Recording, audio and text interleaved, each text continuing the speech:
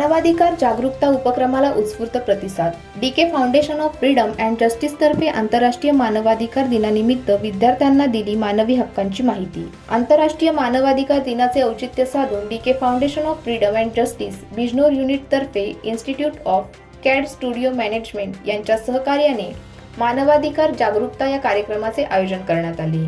या कार्यक्रमात इन्स्टिट्यूटमधील विद्यार्थिनी आणि शिक्षक मोठ्या संख्येने उपस्थित होते. कार्यक्रमात DK foundation of freedom and justice चे उत्तर प्रदेश कार्यकारी अध्यक्ष डॉक्टर सलाउद्दीन यांनी मार्गदर्शन करताना सांगितले की मानवाधिकारांविषयी जागरूकता निर्माण करणे ही काळाची गरज आहे. 10 डिसेंबर 1948 रोजी संयुक्त राष्ट्र महासभेने सार्वभौमिक मानवाधिकार घोषणा स्वीकृत केली आणि तेव्हापासून जगभर मानवाधिकारांचे महत्त्व प्रस्थापित झाले आहे असे त्यांनी स्पष्ट केले. डॉक्टर सलाउद्दीन यांनी पुढे मानवाधिकार घोषणापत्रातील 30 मूलभूत हक्कांबद्दल माहिती दिली. जीवनाचा हक्क, शिक्षणाचा हक्क, रोजगाराचा हक्क, भेदभावातून मुक्तीचा हक्क. आजही जगातील अनेक भागात मानवाधिकारांचे उल्लंघन गंभीर स्वरूपात होत असून त्यावर समाजाने सजगपणे आवाज उठवण्याची आवश्यकता असल्याचे त्यांनी नमूद केले.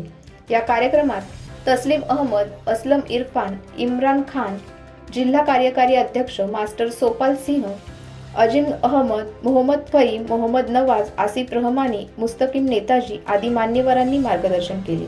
सर्व वक्त्यांनी मानवाधिकार संवर्धनासाठी युवकांच्या सहभागाचे महत्त्व अधोरेखित केले. कार्यक्रमाची अध्यक्षता ॲडव्होकेट नदीम यांनी केली तर कार्यक्रमाचे सूत्रसंचालन इन्स्टिट्यूट संचालक व जिल्हा उपाध्यक्ष तस्लीम अहमद यांनी प्रभावीपणे केले. विद्यार्थी आणि शिक्षकांनी मानवाधिकारावरील माहिती अत्यंत उपयुक्त आणि प्रेरणादायी असल्याचे सांगत अशा उपक्रमाची नियमितपणे आवश्यकता व्यक्त केली आहे.